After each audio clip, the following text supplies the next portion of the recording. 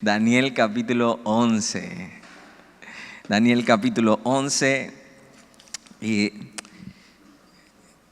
tuvimos que parar unas semanas. Si vienes seguido al grupo de jóvenes, sabes, tuvimos que suspender por unas semanas. Me dio COVID. Ya estoy sano, no te preocupes, ya te puedes acercar con confianza. Entonces, pues por supuesto que para cuidar a todos decidimos suspender unas semanas. Ya todo se va a ir restableciendo semana a semana, pero ya luego te cuento cómo me fue con el COVID, pero estoy bien. Pero quisiera como recapitular un poco de dónde vamos y qué es lo que estamos viendo. Hemos estado estudiando el libro de Daniel y ha sido increíble estudiar este libro tan padre, pero también a la vez tan complicado. Es un libro que tal vez no escogerías para hacer tu devocional, porque la primera mitad del libro es una parte histórica donde Daniel cuenta por qué está ahí, cómo llegó ahí. Si te acuerdas, es históricamente la deportación de Babilonia, donde son llevados cautivos el pueblo de Israel. Dios está tratando con ellos. Dios estuvo advirtiendo a través de Isaías, a través de Jeremías y a través de Ezequiel, diciendo lo que venía para ellos y que necesitaban arrepentirse, y simplemente el pueblo no escuchó. Y entonces Dios los entrega a los babilonios. Cuando el imperio de Babilonia era un gran imperio, cuando renace o nace más bien el imperio de Babilonia, Daniel es llevado esclavo a esta nación desde muy joven. Y si algo se te debe quedar del libro de Daniel, es lo que dicen los primeros capítulos. Y Daniel así propuso en su corazón no contaminarse. Y empieza así con una decisión en el corazón de decir, ¿sabes qué? Estoy en un lugar que no tiene nada que ver con Dios. Vivo en un mundo y en una cultura que realmente no quiere nada con Dios. Pero, ¿yo qué voy a hacer? ¿Yo qué decisión voy a tomar? ¿Yo a quién voy a seguir? Y Daniel, siendo extranjero en una tierra muy lejana de su Dios y nada que ver con Dios, sino al contrario, se ve envuelto en muchas circunstancias donde tiene que decidir si su vida o su fe. Y Daniel siempre decide su fe, y Dios lo rescata muchas veces por haber puesto su confianza en Dios. Pero no solo eso, ve más allá. Dios ha usado a Daniel en este tiempo tan sombrío para el pueblo de Israel, como una figura, como un ejemplo, como un modelo a seguir. Y es hasta hoy en día eso. Daniel es un modelo a seguir en la Biblia. Es un joven y ahora es un anciano digno de imitar y de ver su fe y de ver cómo ha caminado con Dios este tiempo. Pero la segunda mitad del libro es profética. Está prediciendo los acontecimientos que vienen los siguientes años y cómo va a cambiar los imperios, los gobiernos de las naciones, qué va a pasar con el pueblo de Israel. Dios decide revelarle estas cosas a Daniel. Y lo que veíamos la semana pasada es que Dios decidió incrustar a Daniel así en esta parte de la historia y hacerlo un profeta cuando él ni siquiera tal vez esperaba eso.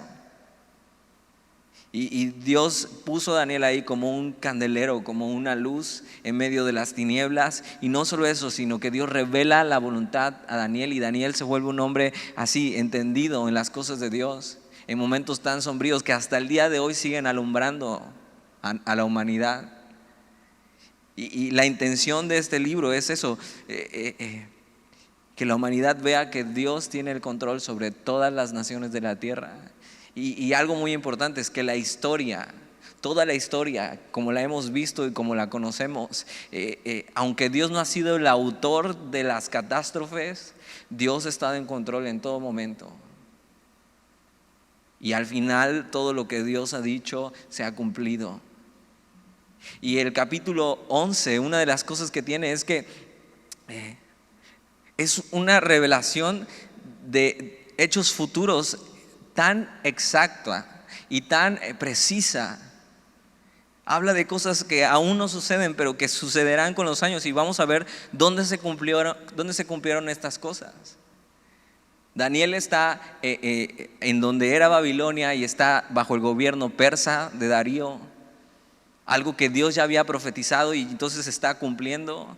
Daniel es un anciano ya, casi 90 años.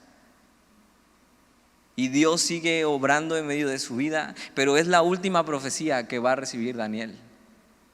Capítulo 11 y 12 es la última profecía. Y no quiere decir que después de eso Daniel ya no exista o termine su vida cuando terminemos el capítulo 12, pero es lo último que Dios quiere decirle a Daniel para hablarnos a nosotros. Y vamos a leer este capítulo y si te acuerdas, Daniel se queda, tiene un encuentro con no sabemos si es un ángel, pero lo que sí sabemos es que este personaje que aparece refleja la gloria de Dios, y Daniel vemos que cae casi como muerto y está delante de él y no tiene ni fuerzas para pararse, y el ángel le tiene que decir: ponte de pie, así no me sirves, ponte de pie, porque quiero decirte lo que tú has estado orando, qué va a pasar con tu pueblo, quiero decirte lo que va a pasar. Y tiene este encuentro. Nada más déjame leerte el capítulo 10, versículo 19, para recordar más o menos qué es lo que viene diciéndole el ángel. Dice: y me dijo: muy amado, no temas, la paz sea contigo, esfuérzate y aliéntate. Y mientras él me hablaba, recobré las fuerzas y dije: hable, mi Señor, porque me has fortalecido. Él me dijo: ¿sabes por qué he venido a ti? Pues ahora tengo que volver para pelear contra el príncipe de Persia. ¿Te acuerdas? Estos son potestades que influyen, ¿no?, en los gobiernos de la tierra, del mundo. Está hablando de algo espiritual. Dice: y al terminar con él, el príncipe de Grecia vendrá. Y está hablando eso. Y entonces, mira, ve esto y piensa. Todo lo que pasa en el mundo, aunque Dios está en control de todas las cosas, hay así potestades, espíritus que están así influyendo en la humanidad, influyendo en los gobiernos de la tierra, influyendo en los que tienen el poder. Y por eso el mundo está como está. Y algo que está diciendo el ángel es eso. O sea, tengo que pelear contra el príncipe de Persia, estas potestades que quieren influir, ¿no?, sobre la humanidad, hablando del gobierno persia. Y después viene el príncipe de Grecia. Y no está hablando de Alejandro Magno aquí, sino esta potestad que influencia sobre los gobiernos de la tierra. Versículo 21 dice: pero yo te declararé lo que está escrito en el libro de la verdad. Ahora piensa en eso. ¿Cuál es este libro de la verdad? ¿De qué está hablando? Y es posible que sea un libro donde está escrita la historia de la humanidad, donde está escrito todo lo que tiene que suceder. Dice: y ninguno me ayuda contra ellos, sino Miguel, vuestro príncipe. Así como hay potestades influyendo en los gobiernos de la tierra, Dios tiene así ángeles que están cuidando de los suyos. Y lo que sabemos es que el ángel que ha sido encargado del pueblo de Israel es el arcángel Miguel, quien los cuida. Y una vez escuché a un pastor hacer esta pregunta: ¿cuál será el ángel que está encargado de cuidar a México?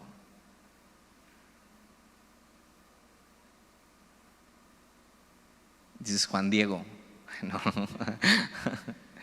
O sea, Dios así ocupa sus ángeles para cuidarnos, para guardar su pueblo en México de la influencia que tiene el príncipe de este mundo, que es Satanás. Versículo 21: pero yo te declararé lo que está escrito en el libro de la verdad, y ninguno me ayuda contra ellos, sino Miguel, vuestro príncipe. Capítulo 11. Voy a tratar de irme rápido hasta más o menos los últimos versículos. No voy a entrar mucho en detalles, solamente te voy a decir algunas cosas de dónde se cumplieron estas cosas.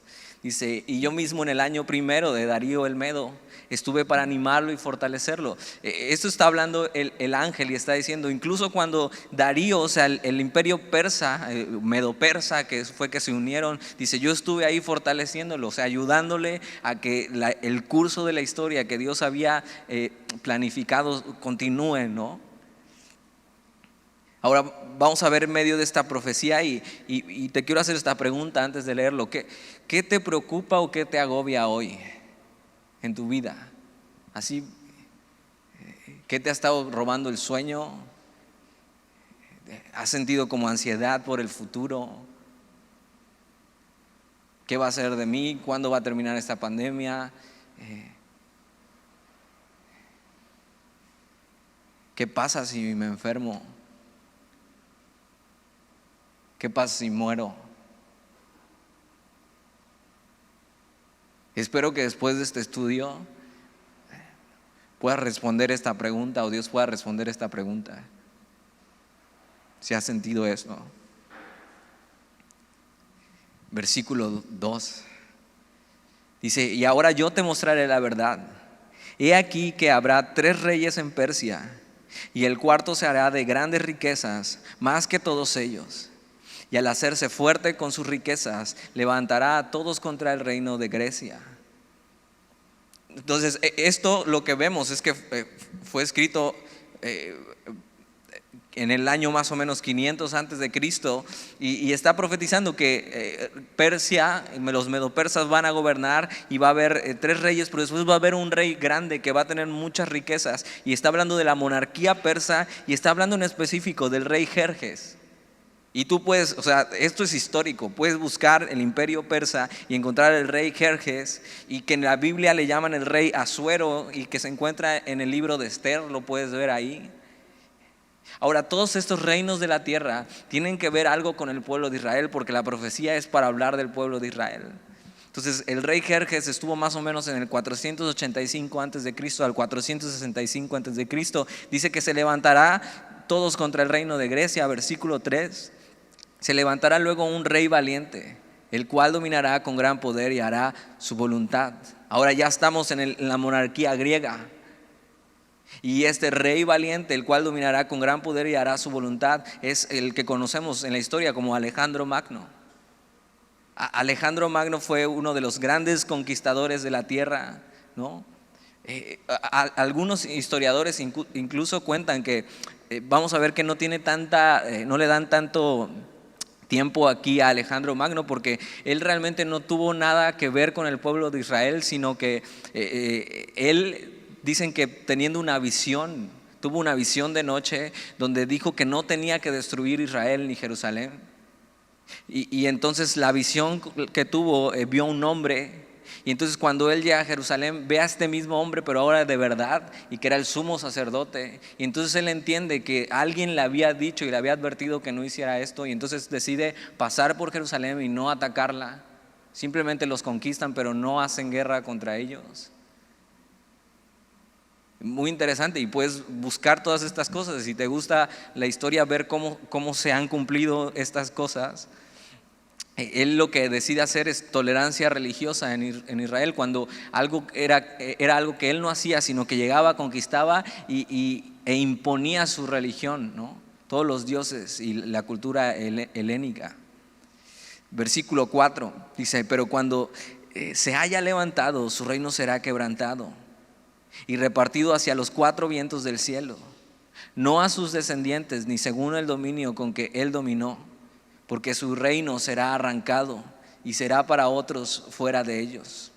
Alejandro Magno, después de haber sido un gran conquistador, muere más o menos a los 32 años. Muere algunos dicen que de malaria, una enfermedad rara para esos tiempos. Y lo que hacen es matar a todos los herederos que él tenía, familiares, hijos. Entonces el reino nunca vuelve a ser igual, y lo que vemos es que se va a repartir en 4 generales.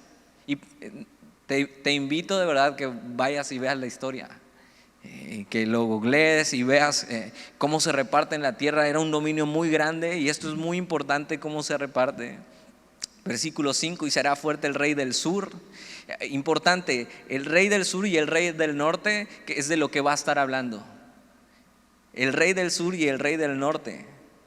Dice, y se hará fuerte el rey del sur, mas uno de sus príncipes será más fuerte que él y se hará poderoso y su dominio será grande. El rey del sur lo vamos a ver como normalmente como Ptolomeo, y es un título que se va a ir pasando, que él es el encargado del dominio egipcio, ¿no? De la tierra de Egipto. Y vamos a ver otro gobierno que va a nombrar aquí el rey del norte, donde vamos a ver Antíoco, que gobierna Siria. Ahora esto es muy importante. Si tú buscas en internet dónde está Egipto y dónde está Siria, vas a ver que Egipto está en la parte de abajo, Siria está en la parte de arriba, y de lo que va a tratar los siguientes versículos es un conflicto entre esos dos gobernantes que eran generales del imperio de Alejandro Magno, ¿no? Pero como todo gobernante, y en estos tiempos no están conformes con lo que tienen, sino quieren gobernar y gobernar y gobernar más. Entonces se va a desatar una guerra entre estos dos, una guerra entre Egipto y Siria. ¿Y quién crees que está en medio de Egipto y Siria? Si sabes geografía, Israel. Entonces la Biblia, acuérdate, la profecía va hacia eso. ¿Qué va a pasar con el pueblo? Esa es la oración de Daniel. ¿Qué va a pasar con mi pueblo? Entonces toda esta historia y se desenlaza, y todo tiene que ver con eso, con Israel. Vamos a ver que Israel va a quedar apretada en medio de este conflicto, y todo así trazado por el dedo de Dios. Versículo 6. Al cabo de años harán alianza, y la hija del rey del sur vendrá al rey del norte para hacer la paz. Pero ella no podrá retener la fuerza de su brazo, ni permanecerá él ni su brazo, porque será entregada a ella y los que la habían traído, asimismo su hijo y los que estaban de parte de ella en aquel tiempo. Entonces algo que pasa en la historia es que intentan hacer las paces, intentan hacer una alianza norte y sur, y Antíoco, siendo el rey del norte, se casa con Berenice, siendo hija del rey del sur. Y se casaron según para afianzar las paces y algo diplomático, pero pasa algo, que muere el papá de Berenice, Ptolomeo II. Y cuando muere, lo que pasa es que Antíoco se deshace de Berenice, ¿no? Y se vuelve a casar con la ex esposa que tenía, que era Laodicea. Ahora esta mujer en la historia es una terrible mujer. Esta mujer lo que hace es matar a Berenice y a su hijo, y después envenenar a Antíoco. Y lo que hace es dejar a su hijo en el trono, al hijo de Laodicea, que lleva este título de Seleuco II. Entonces Seleuco y Antíoco siempre va a ser del norte, y los Ptolomeos siempre van a ser del sur. Y esto se cumplió así en la historia.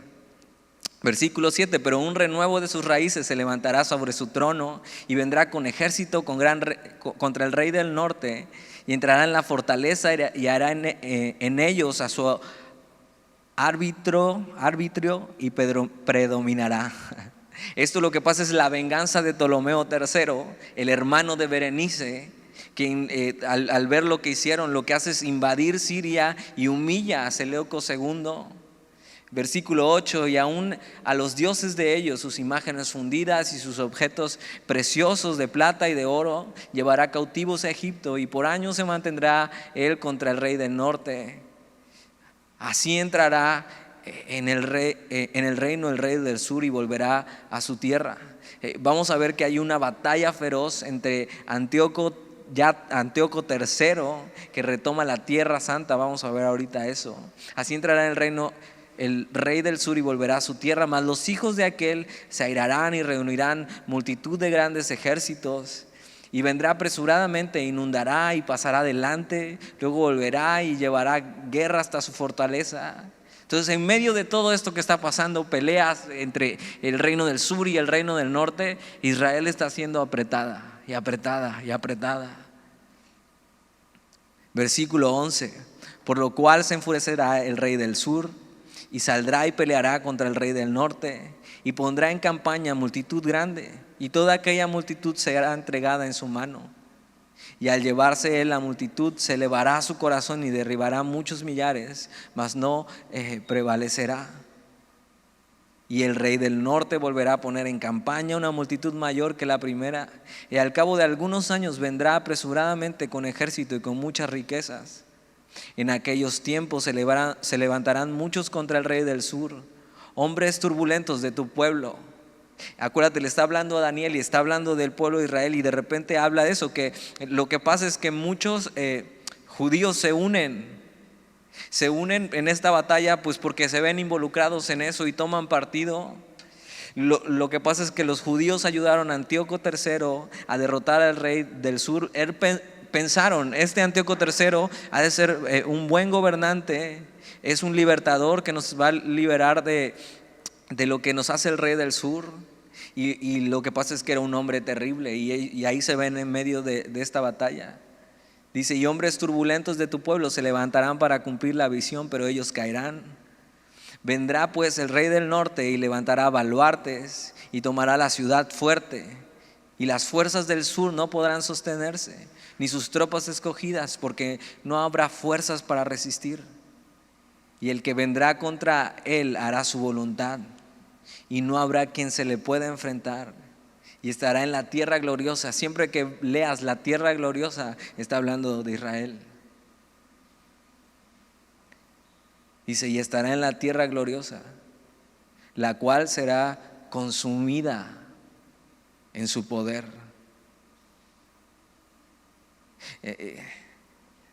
En medio de eso, como por estar entre las fronteras de Egipto y Siria, el pueblo se ve apretado, como cuando aprietan una aceituna, ¿no?, para hacer el aceite de oliva, como una prensa, y así es oprimida con tal fuerza que lo único que sale es eso, aceite.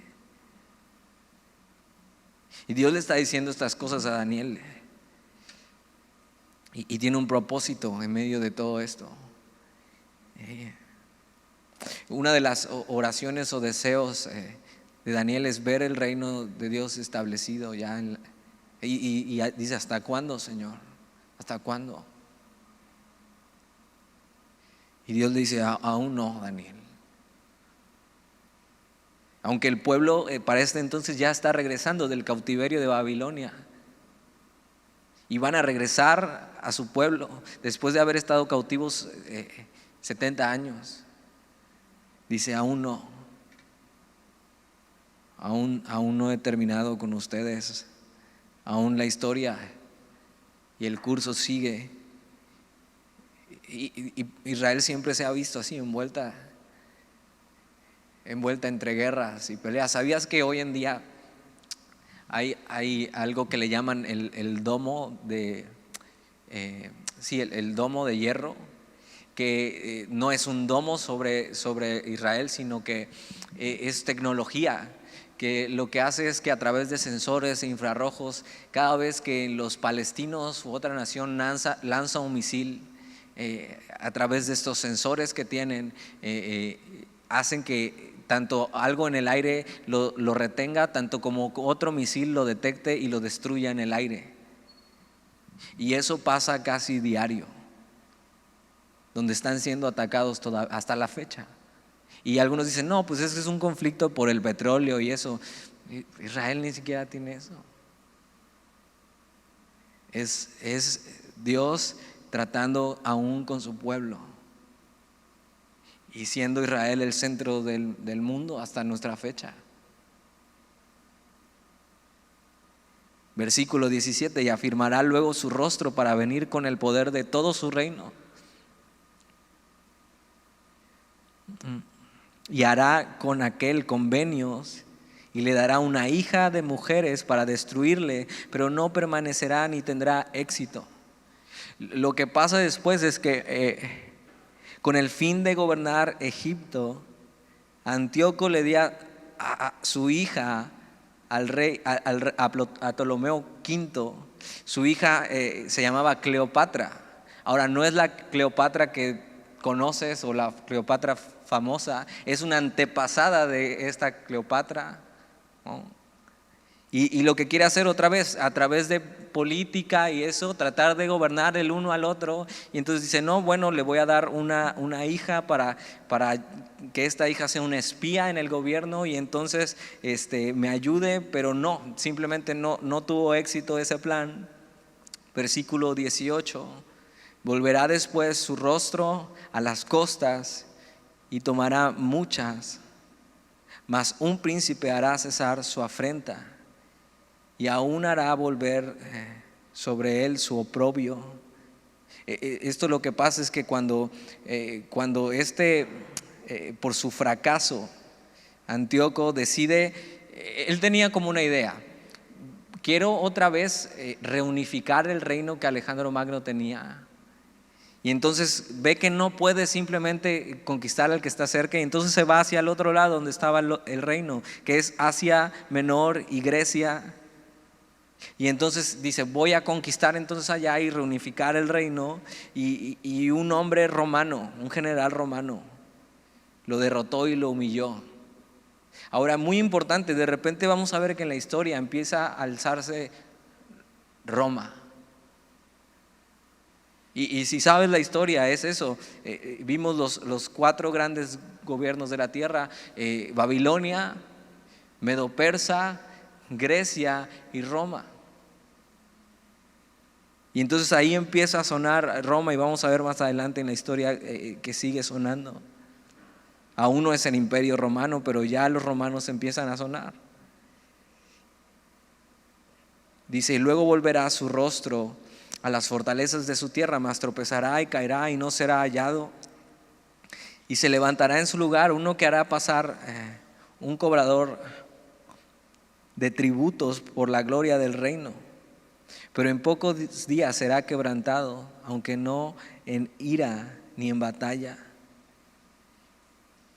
Y le sucederá en su lugar un hombre despreciable, al cual no darán la honra del reino, pero vendrá sin aviso y tomará el reino con halagos. Aquí era donde quería que llegáramos en la historia. Este hombre es un hombre que ya hemos visto en otros capítulos, Antíoco IV, o como se hacía llamar, Antíoco Epífanes, que significa ilustre. Algo que pasa es que cuando se arma toda esta revolución, y ya ves, es casi como una historia así de la Rosa de Guadalupe, o de una serie de todos contra todos, y le da a su hija y otro, y todos buscando poder así, y de repente aparece este hombre. Pero fíjate la descripción, dice, y le sucederá en su lugar un hombre despreciable, al cual no darán la honra del reino, pero vendrá sin aviso y tomará el reino con halagos. Algo que pasa con este hombre, Antíoco Epífanes, es que él no era el heredero legítimo, sino que dicen que él llegó al poder a través de promesas, de intrigas y de sobornos, diciendo, si tú me apoyas y yo quedo como el rey, yo voy a darte esto, y mandó a asesinar al verdadero heredero. Pero este hombre, Antíoco Epífanes, es importante en la historia. Versículo 22, las fuerzas enemigas serán barridas delante de él como con inundación de aguas. Serán del todo destruidos junto con el príncipe del pacto. El príncipe del pacto aquí está hablando de el sacerdote o el sumo sacerdote de Israel. Algo que pasa en la historia es que este hombre toma el trono, se hace de aliados, barre Israel, le quitó a Onías III el sumo sacerdocio de Israel, y lo que hizo y lo que él comenzó, que hasta tiempos de Jesús siguió, es que empezó a vender el sumo sacerdocio, o sea, el mejor postor. Era un llamado y tenías que ser de una tribu, y de repente así llegó e impuso esto, y entonces quitó al sumo sacerdote Onías, ese es el príncipe del pacto, y puso al hermano de Onías que lo sobornó, Jasón. Y aquí comenzó ese deterioro que duró hasta los tiempos de Jesús, la venta del sumo sacerdocio, que incluso cuando ya está Jesús con Anás y Caifás, Jesús sabe que estos hombres son unos hipócritas que han comprado el sacerdocio. Y entonces fíjate, ya nos vamos acercando cada vez más en la historia. Y después del pacto con él, engañará y subirá y saldrá vencedor con poca gente. La fama de este hombre sube porque empieza a tener triunfos militares y prestigio y poder. Versículo 24. Estando la provincia en paz y en abundancia, entrará y hará lo que no hicieron sus padres, ni los padres de sus padres. Botín, despojos y riquezas repartirá a sus soldados, y contra las fortalezas formará sus designios, y esto por un tiempo. Era un hombre tan despreciable, pero era muy astuto, y lo que buscaba era congraciarse con todos. Entonces se veía como un Robin Hood, robándole a los ricos y dándole a los pobres y a sus soldados, y entonces así los tenía contentos y así peleaban por él. Y hizo cosas que ni sus padres, ni los padres de sus padres, ningún otro gobernante hizo. Pero era un hombre despreciable que vamos a ver que aplastó Israel y Jerusalén. Versículo 25. Y despertará sus fuerzas y su ardor contra el rey del sur, otra vez el rey del sur, con gran ejército. Y el rey del sur se empeñará en la guerra con grande y muy fuerte ejército, mas no prevalecerá porque le harán traición. Entonces sigue esta historia entre que el rey del norte y el rey del sur, pero Antíoco, siendo el rey del norte, quiere organizar sus fuerzas para atacar Egipto. Esto es ya más o menos, ya estamos en el año 170 antes de Cristo. Hizo guerra, los venció, después fingió ser su amigo, como ya políticamente uniendo, tratando de unir el reino. Pero versículo 26 dice: aún los que coman de sus manjares le quebrantarán, y su ejército será destruido y caerán muchos muertos. Algo que pasa es que lo traicionan sus propios consejeros. Versículo 27. El corazón de estos dos reyes será para hacer el mal, y en una misma mesa hablarán mentira, mas no servirá de nada porque el plazo aún no habrá llegado. Algo que pasa es que parecían amigos estos dos reyes, el rey del norte y el rey del sur, y al final son traicionados, son derrotados. Egipto, vamos a ver que con ayuda de Roma, otra vez aparece Roma, le derrota a Antíoco, y ahí empieza el problema para Israel, porque él fue obligado a abandonar Egipto y Chipre. Versículo 28, y volverá a su tierra con gran riqueza. Entonces, en medio de esto, que ya él pensaba que ya se iba a hacer por fin con el reino del sur, aparece este general, o aparecen los romanos, lo detienen.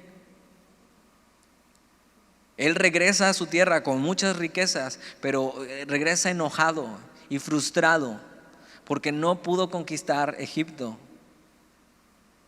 Y entonces sigue diciendo el versículo 28, y su corazón será contra el pacto santo, hará su voluntad y volverá a su tierra. Y entonces en el paso de regreso, lo que hace es que se desahoga y se desquita con Jerusalén, y saqueó el templo.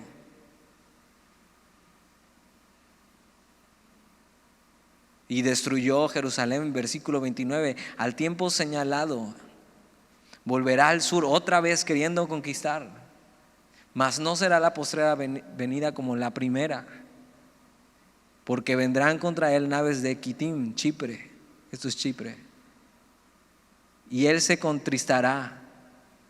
Y algo que cuentan en la historia es que él quiere ir otra vez a conquistar el reino del sur, el reino del sur, el reino del sur. Y entonces vienen contra él todo un ejército y entonces un general romano se para delante de él y le dice, tienes que dejar y abandonar Chipre y Egipto y no solo eso, tienes que rendirnos tributo ahora a nosotros. Y él se queda así diciendo, ok, déjame consultarlos con mis consejeros. Y algo que pasa es que el general romano hace una rueda alrededor de él y le dice, antes de que salgas de esta rueda, tienes que decidir qué vas a hacer. Y a este hombre amenazado por el ejército y por las naves de Kitim, no le queda otra más que terminar siendo un súbdito de los romanos, que aún no son el imperio romano. Pero mira lo que pasa. Dice, pero vendrán contra él naves de Kitim y él se contristará y volverá y se enojará otra vez contra el pacto santo y hará según su voluntad. Volverá pues y se entenderá con los que abandonen el santo pacto. Algo que hace este hombre es que va otra vez, descarga su ira contra Jerusalén y todo lo que tiene que ver con el pacto de Moisés, todo lo que tiene que ver con los sacrificios, todo lo que tiene que ver con la adoración a Dios. O sea, él se impone ante eso y lo que hace es poner su cultura, la cultura helénica. No solo eso, sino que empieza a sobornar a gente de los judíos para que abandonen el pacto santo. Y destruye Jerusalén. Y la matanza de este hombre mató a más de 80,000 judíos en este desquite. Llega con un ejército, como 22,000 hombres, hace una gran matanza. Pero no solo eso, sino mira lo que hace en el versículo 31. Y se levantarán de su parte tropas que profanarán el santuario. Entonces lo vacían, lo desalojan, quitan todas las cosas que eran de valor. Dice, y la fortaleza. Y quitarán el continuo sacrificio. Y pondrán la abominación desoladora. Algo que hace este hombre quiere descargar toda su ira contra Jerusalén. Llegan, saquean el templo, pero no se queda ahí, sino lo que hace es sacrificar en el templo, en el altar, un cerdo. Y lo degollan y la sangre corre. Ahora tú dices, bueno, ¿y eso qué tiene que ver? O sea, ¿qué tiene de malo? El cerdo es un animal impuro, o era un animal impuro para ellos. O sea, tan solo la idea de meter un cerdo, aunque sea vivo, era un animal que no era digno para hacer una ofrenda o un sacrificio. Y este hombre, sabiendo eso, lo que hace es matar un animal ahí, ofrecerlo como sacrificio y poner una estatua de Zeus, su dios, en el templo.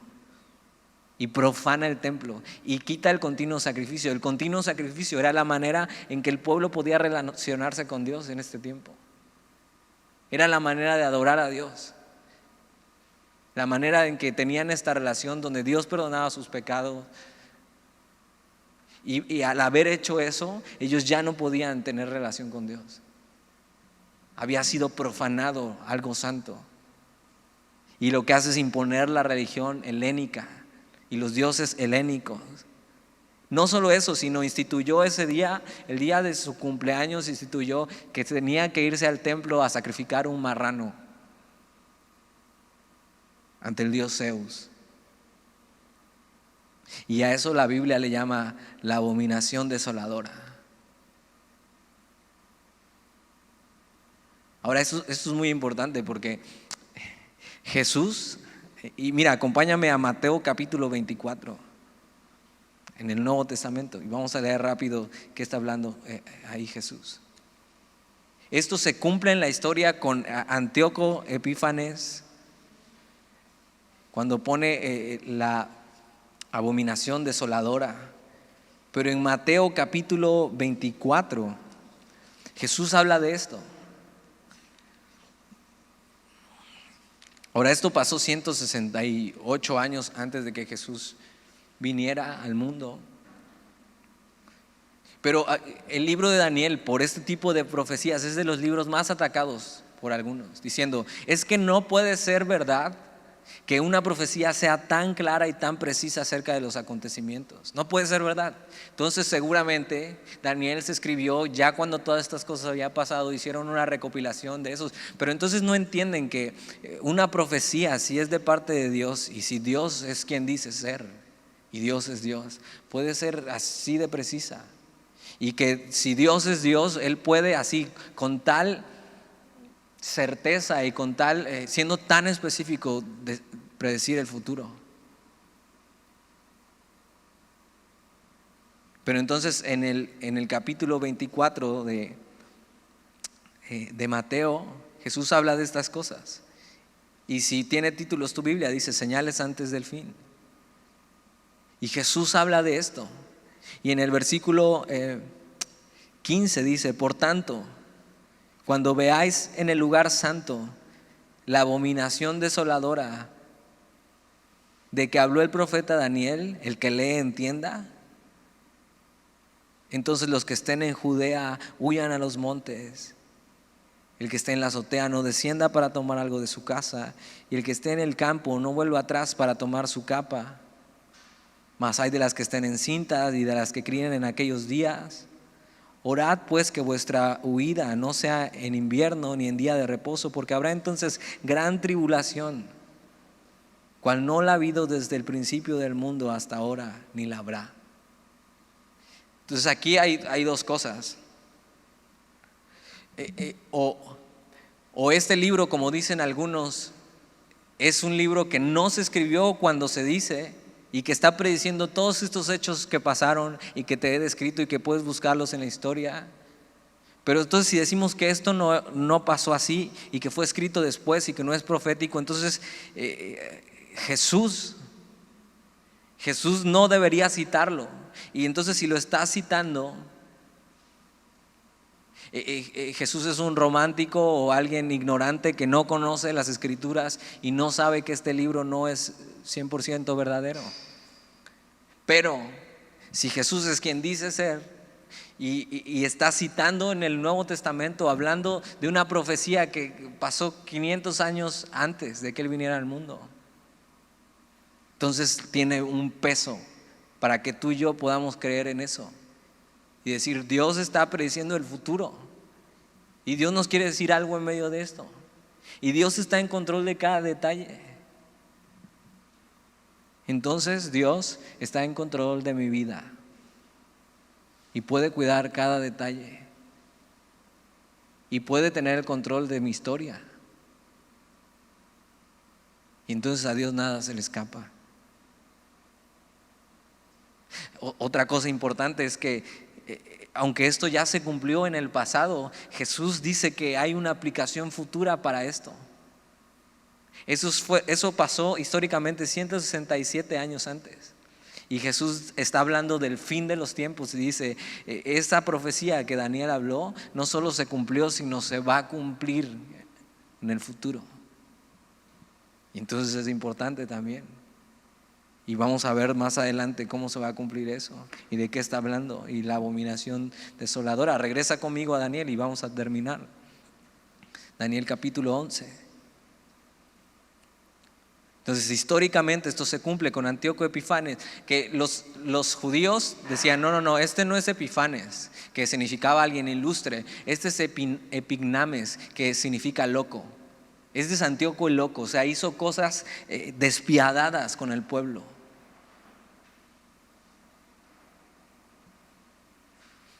Versículo 32, con lisonjas seducirá a los violadores del pacto. Quiere decir que en este tiempo el pueblo ya otra vez estaba tan corrompido que hay gente de los judíos que está apoyando a Antíoco en lo que está haciendo y se deja sobornar y se deja seducir por las palabras de este hombre y lo que hacen es eso. Judíos del pueblo de Israel están yendo a sacrificar un cerdo al templo de su Dios, adorando al Dios Zeus. Esos son los violadores del pacto. Pero mira esta frase: mas el pueblo que conoce a su Dios se esforzará y actuará. Y los sabios del pueblo instruirán a muchos, y por algunos días caerán a espada y a fuego, en cautividad y despojo, y en su caída serán ayudados de pequeño socorro, y muchos se juntarán a ellos con lisonjas. Pero en medio de esto, de lo que está pasando, otra vez una etapa muy oscura de Israel, hubo hombres fieles, y los describe así: el pueblo que conoce a su Dios, que se esforzaron y actuaron, que resistieron firmes la persecución. Porque, ¿sabes? Eran tiempos difíciles donde te podían matar por no adorar a otro Dios.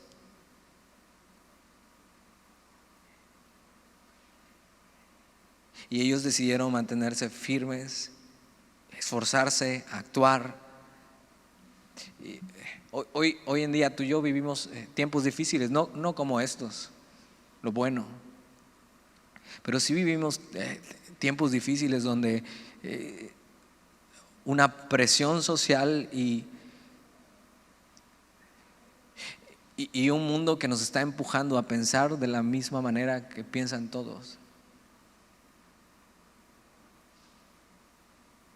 Y no sé si has notado, pero en medio de esta pandemia han pasado muchas cosas que no se ven a simple vista.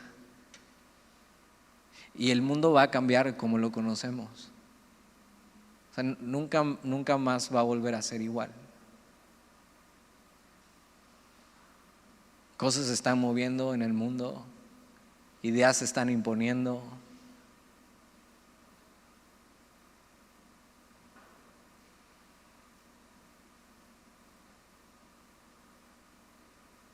Y en medio de esto podemos ver hombres así fieles a su Dios, los que conocen a su Dios. Y una buena pregunta es eso: si conoces a Dios, si es tu Dios. Porque entonces, en medio de la dificultad, incluso de la persecución, puedes pararte firme ante todas las ideologías que hoy hay, ante todo lo que el mundo enseña, ante todo lo que todos siguen, y decir no, y esforzarte y actuar. Ahora, no solo eso, sino dice que y los sabios del pueblo instruirán a muchos. Esto está hablando en este tiempo de los fariseos. Ahora, si tú lees un evangelio, los fariseos son comparados siempre con gente religiosa que va en contra de Jesús, pero en este tiempo fueron ellos que decidieron pintar una raya. Y los fariseos significa eso: separados. En ese tiempo ellos decidieron pintar una raya y decir: no vamos a adorar a Zeus, no vamos a abandonar a Dios, porque conocemos a Dios.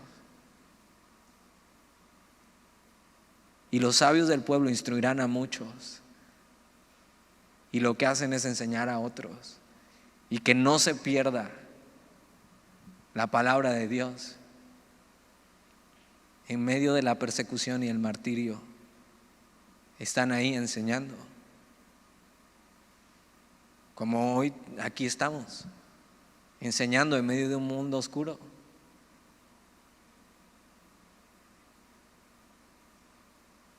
Y diciéndote: no abandones a Dios, no vale la pena, mantente firme.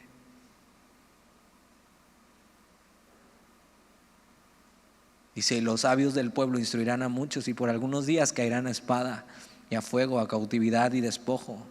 Lo que habla aquí históricamente es la revolución de los macabeos, que Judas Macabeos lidera a varios y se levantan, y lo que hacen es atacar el gobierno de Antíoco y librar el templo y purificarlo, y que una vez más puedan adorar a su Dios en el templo. Ahora, muchos mueren en medio de eso. Pero el pueblo que conoce a su Dios se esforzó y actuó en tiempos difíciles. Y en su caída serán ayudados de pequeño socorro, dice el versículo 34, que está hablando de eso, de Macabeos, Judas Macabeo. Y muchos se juntarán a ellos con lisonjas. Muchos estaban ahí solamente por lo que les convenía, no realmente por Dios. Versículo 35. También algunos de los sabios caerán para ser depurados y limpiados y emblanquecidos hasta el tiempo determinado, porque aún para esto hay plazo. Y lo que pasa es que en medio de lo que está pasando con el pueblo y en medio de tanta muerte y en medio de tanto martirio y tanta persecución, Dios lo que está haciendo es purificando a su pueblo.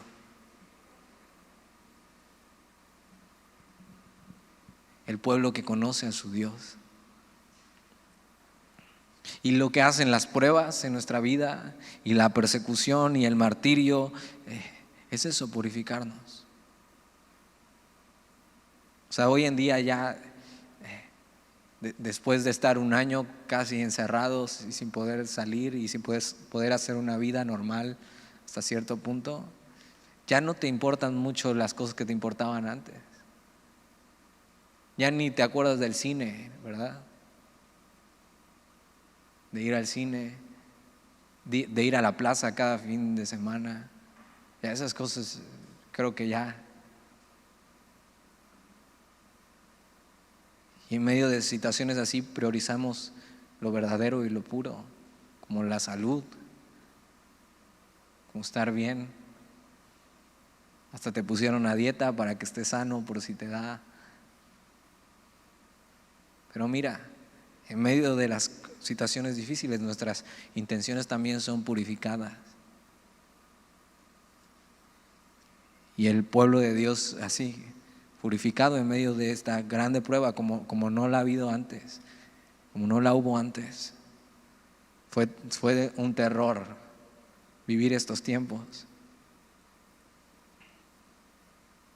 Pero podemos aprender de ellos esto, el pueblo que conoce a su Dios.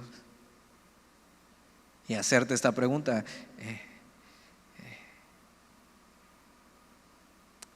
¿eres del pueblo de Dios o del pueblo que conoce a su Dios en estos tiempos?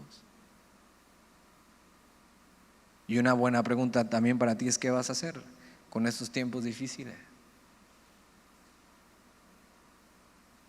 Y una pregunta que tú te puedes hacer es: ¿qué quiere hacer Dios en este tiempo? En estos tiempos difíciles. ¿Qué quiere hacer Dios conmigo? Tienes que saber que, como te decía, vivimos tiempos como nunca antes. Y el mundo no va a ser igual. Y cada vez está más cerca el fin. Parece que la mesa ya está puesta para el final, que es lo que vamos a ver la semana que viene, perdón. Que ya todo está puesto. El mundo está siguiendo su curso, está avanzando hacia el fin. Estamos viviendo épocas de cambio, cosas que se están moviendo. Nunca va a volver a ser igual todo. Son tiempos difíciles, pero podemos descansar en esto. Así como vimos este capítulo, que la mayoría fue historia y que muchas cosas ni entendiste, pero que puedes buscar. En medio de eso puedes descansar en que Dios guía la historia, que Dios está en control incluso en medio de esto, que nada se le escapa, y que si conoces a Dios y somos suyos, es momento de actuar y de esforzarnos. Es momento de dar un paso adelante y separarnos y decir: Señor, aquí estoy. ¿Qué hago? ¿Qué hago en estos tiempos difíciles? ¿Qué tengo que hacer? Bueno, mantente firme. Sé fiel a Dios en estos tiempos. Enseña quién es Dios a otros. Habla de Dios a otros. ¿Qué mejor oportunidad que esta? Si quieres pelear por una causa en estos tiempos, que sea pelear por la santidad y la pureza en tu vida. Que sea pelear por no inclinarte a todo lo que el mundo se está inclinando hoy en día. Que esa sea tu causa. Dios no te ha llamado a ninguna otra causa. Él es quien guía la historia. Que puedas pelear por no ceder y no darle la espalda a Dios. Por conocerle y serle fiel en tiempos difíciles. Por influenciar a otros. Y tomarte esto bien en serio. Y que en medio de esto así, el pueblo que conoce a su Dios, este grupo de jóvenes que conoce a su Dios, va a pintar una raya en el mundo y decir: Señor, vamos a caminar contigo, nos vamos a esforzar. ¿Qué quieres de nosotros? Y te despiertes cada mañana: Señor, ¿qué quieres hacer conmigo? Quiero tomarme esto bien en serio. O sea, ve los tiempos y sé entendido. Y deja de perder el tiempo.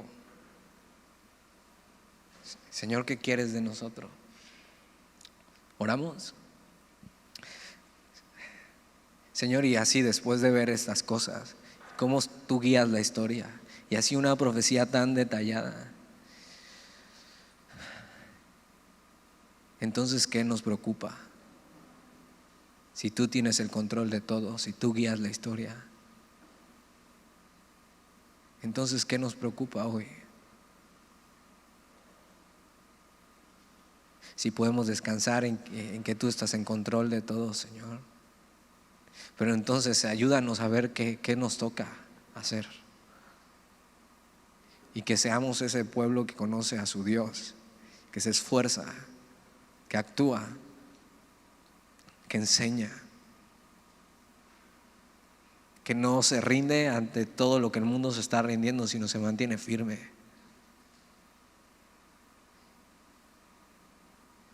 Señor, enséñanos y revélanos tu voluntad, como lo estuviste haciendo con Daniel, Señor. Y que si nos has puesto así en esta parte de la historia, en estos momentos complicados como nunca hemos vivido antes, nos enseñes qué es lo que tienes que hacer con nosotros.